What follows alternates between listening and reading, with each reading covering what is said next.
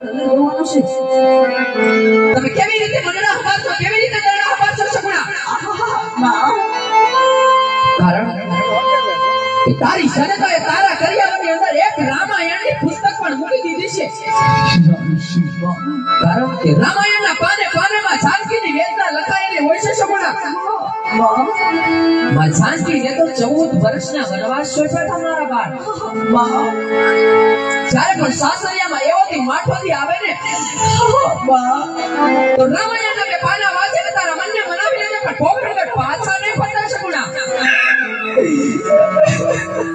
જો કદાચ પોકળગઢ પાછા ફરી જાઓ ને મારા વિનામાં તો તારા બાપની પાઘડીને કલંક લાગશે સગુણા તારા બાપની પાઘડીને કલંક લાગશે એટલે તો કેવું કીધું છે કે દીકરી એક પરિણાનું પાને તો